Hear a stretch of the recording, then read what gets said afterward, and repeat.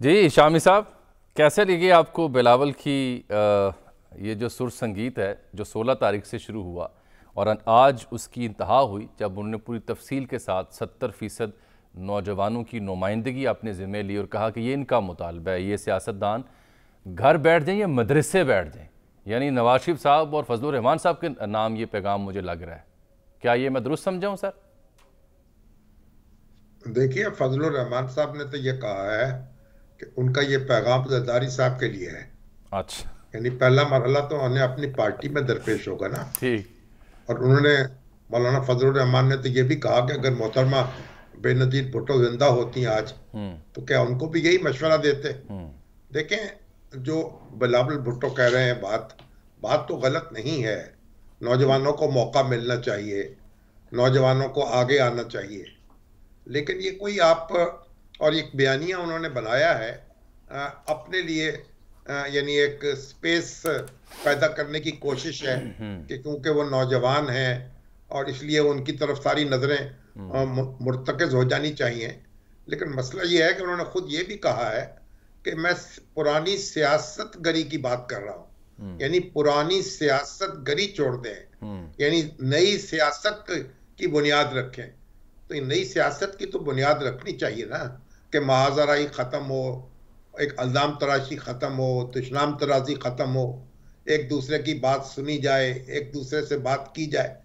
مگر سوال یہ ہے کہ یہ بلاول بھٹو جو بات کہہ رہے ہیں کیا اس پہ عمل ہو رہا ہے؟ کیا پیپلز پارٹی میں نوجوان آگے آ رہے ہیں؟ کیا پیپلز پارٹی نئی سیاست کی بنیاد رکھ رہی ہے؟ اس کا ایک مظاہرہ تو ہم دیکھ چکے ہیں نا، کراچی جو میئر ہے اس کا الیکشن ہوا، مرتضی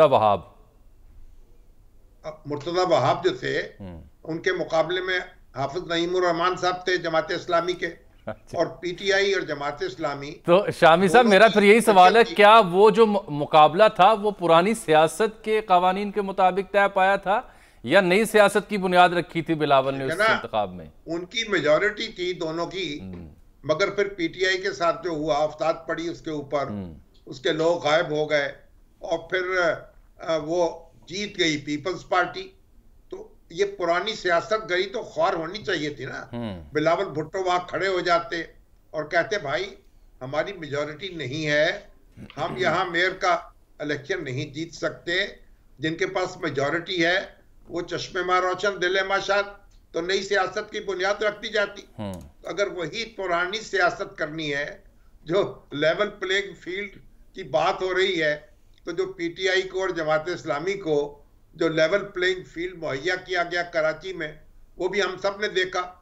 تو یہ ایک نئی سیاست کی یقیناً بنیاد رکھنی چاہیے، لیکن یہ ان کا نعرہ جو ہے ان کے لیے مفید ہو سکتا ہے، نوجوان ان کی طرف متوجہ ہو سکتے ہیں، لیکن نوجوانوں کے لیے ان کے پاس کیا ہے؟ ان کی جماعت اپنی میں انہوں نے کتنا ان کو آگے لانے کی کوشش کی ہے؟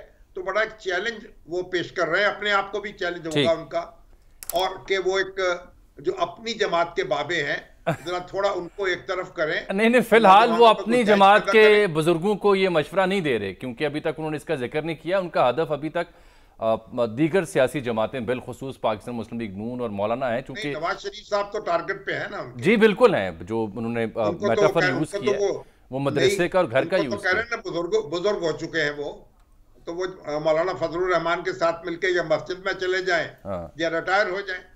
تو آپ دیکھیں، بات یہ ہے کہ آپ اپنی سیاست میں کیا نیا پن لے کے آئے ہیں، پہلے اس کی طرف تو لوگوں کو متوجہ کریں نا۔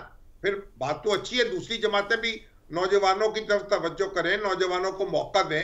جہاں تک ٹھیک ہے، جہاں تک تو یہ تعلق ہے نا کہ یہ جب یہ نعرہ یا یہ مطالبہ جب وہ کرتے ہیں کہ پرانے سیاستدان گھر بیٹھ جائیں، بزرگ سیاست چھوڑ دیں، تو سامنے کھڑی عوام تو متوجہ ہوتی ہے، وہ اس بات پہ نعرے تو لگاتے ہیں، لیکن وہ نقطہ آپ کا کہ کیا اس کا اطلاق ان کی اپنی جماعت پر بھی ہوگا یا نہیں، اس کا جواب نہیں مل رہا۔